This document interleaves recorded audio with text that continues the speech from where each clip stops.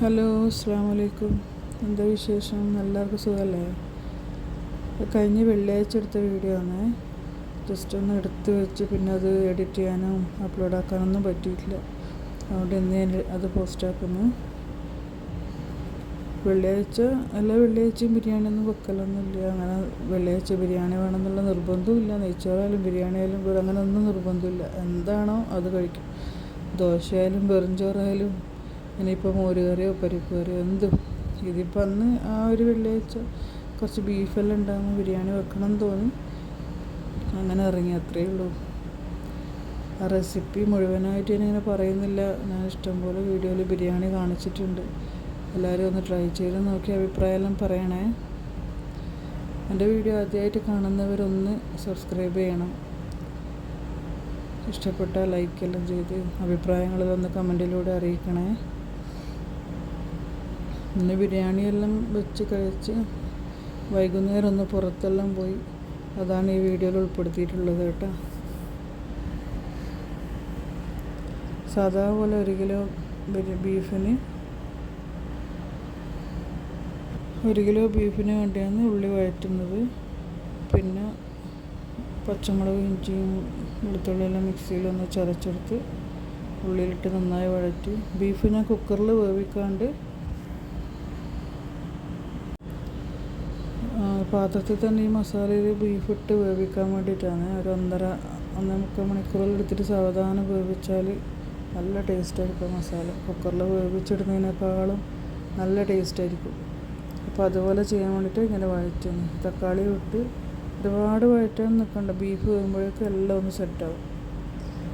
അതെല്ലാം മസാല ഇട്ടതിന് ശേഷം ബീഫ് ഇട്ട്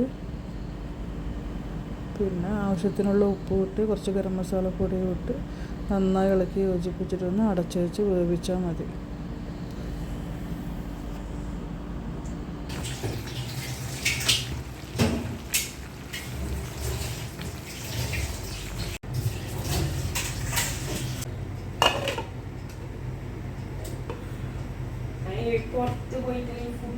അങ്ങനെ മസാല സെറ്റായിട്ടുണ്ട്.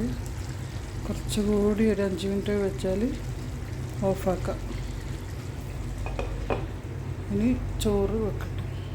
ചോറിന് വേണ്ടി സാധാ ചോറ് വെക്കുന്ന പോലെ തന്നെ ഞാനെന്നും ചോറ് വറുക്കലില്ല, അരി വറുത്ത് വെക്കലില്ല. ഇന്നിപ്പോൾ ഞാൻ വിചാരിച്ച് വറുത്ത് വെച്ചില്ലെങ്കിലും ബിരിയാണിക്ക് അങ്ങനെ ഒരു ടേസ്റ്റ് കുറവോ അരി വെന്ത് പോലൊന്നുമില്ല. എന്നാലും ഇന്നിപ്പോൾ എനിക്ക് തോന്നി അരി നന്നായി വറുത്തിട്ട് ബിരിയാണി വെക്കട്ടെ. അങ്ങനെ വറുത്തിട്ടാണ് ഞാൻ ചോറ് വെക്കുന്നത് കേട്ടോ. നെയ്ച്ചോറ് ഒരു 3-4 മിനിറ്റ് നന്നായി ഒന്ന് വറുത്തെടുത്താൽ മതി. പിന്നെ തിളച്ച വെള്ളം ഒഴിക്കണം. പച്ചവെള്ളം ഒഴിക്കരുത്.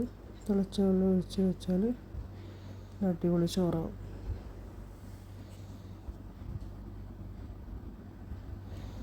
രാത്രി ആമേനെയും മിക്കുവിനെല്ലാം ഉറക്കിയതിന് ശേഷമാണ് ഡബ് ചെയ്യുന്നത്, വോയിസ് ഓവർ കൊടുക്കുന്നത്.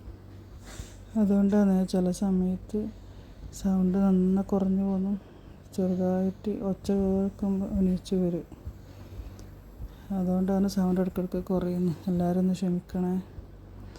അങ്ങനെ ചോറ് തിളച്ച വെള്ളം ഒഴിച്ച് പാകത്തിനുള്ള ഉപ്പ് ഇട്ട് ഒരു പകുതി ചെറുനാരങ്ങയും പിഴിഞ്ഞിട്ട് വേവാൻ വെച്ച്.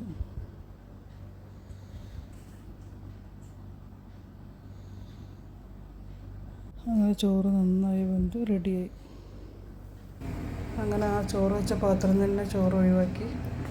ഇനി ദമ്മിടാം. ചെറിയ കണക്കായ പാത്രത്തിൽ ദമ്മിടാമെന്ന് വിചാരിച്ചിട്ട് അങ്ങനെ ഒഴിവാക്കിയതാണ് കേട്ടോ.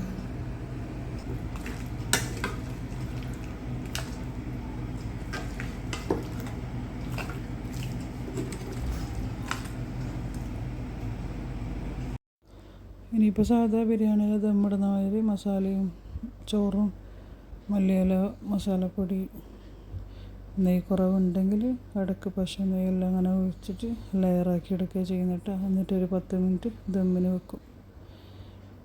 എന്തായാലും നല്ല ടേസ്റ്റ് ബിരിയാണിയാണ്. ഞാൻ ഉണ്ടാക്കിയത് കൊണ്ട് പറയുന്നതല്ല, വീഡിയോ ഇട്ടത് കൊണ്ടും പറയുന്നതല്ല. ടേസ്റ്റ് ബിരിയാണിയാണ്. കണ്ട് ഇഷ്ടമായാലൊന്ന് ലൈക്ക് ചെയ്യണേ. ആദ്യമായിട്ട് കാണുന്നവരൊന്ന് ചാനൽ സബ്സ്ക്രൈബ് ചെയ്ത് ബെൽ ബട്ടണിലൊന്ന് അമർത്തിയിട്ട് സപ്പോർട്ട് ചെയ്യണേ.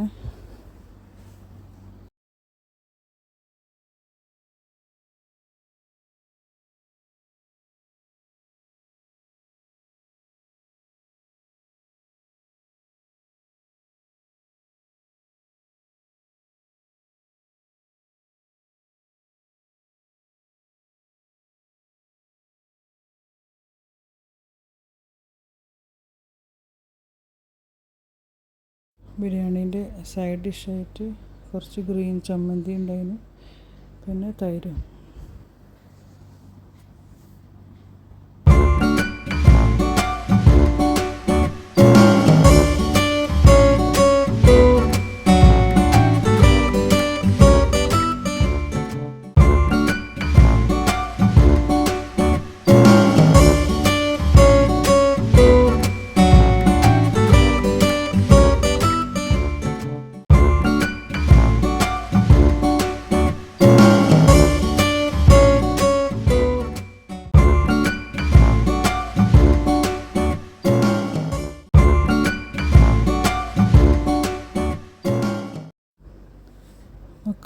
മക്കളും നമ്മളെല്ലാവരും ഇങ്ങനെ വീട്ടിൻ്റെ അകത്ത് തന്നെയല്ലേ.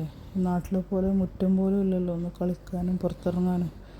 അതുകൊണ്ട് ഇങ്ങനെ ഒന്ന് വെറുതെ വലിയ മാളിൽ പോയി കുറേ ഒന്ന് നടന്ന് കണ്ടിട്ട് വരും. അല്ലാണ്ട് പർച്ചേസോ മറ്റെന്തെങ്കിലും കാരണങ്ങളൊന്നും ഇല്ല ഇവിടെ ഒന്നും പോവാൻ. വെറുതെ ഒന്ന് പോയി നടന്ന് കണ്ട് കണ്ണിനും മനസ്സിനും എല്ലാം ഒരു തണുപ്പ്. അങ്ങനെ പോയി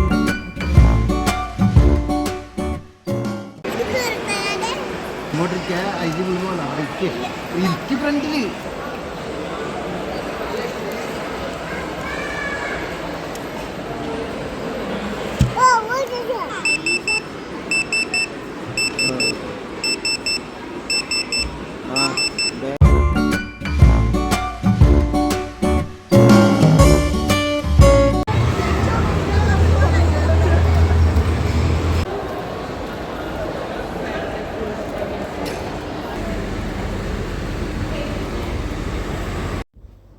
അങ്ങനെ എൻ്റെ ഒരു കുഞ്ഞു ഡേ ഇൻ മൈ ലൈഫ് ഇവിടെ തീരുന്ന കേട്ടോ. ചെറിയൊരു വീഡിയോ എല്ലാവരും കണ്ട് ഇഷ്ടപ്പെട്ടെന്ന് വിചാരിക്കുന്നു. എന്തെങ്കിലും തെറ്റുകുറ്റങ്ങളെല്ലാം ഉണ്ടെങ്കിൽ എല്ലാവരും ക്ഷമിക്കണം. സപ്പോർട്ട് ചെയ്ത എല്ലാവർക്കും ഒരുപാട് താങ്ക്സ്. ഇനിയും സപ്പോർട്ട് ചെയ്യണേ.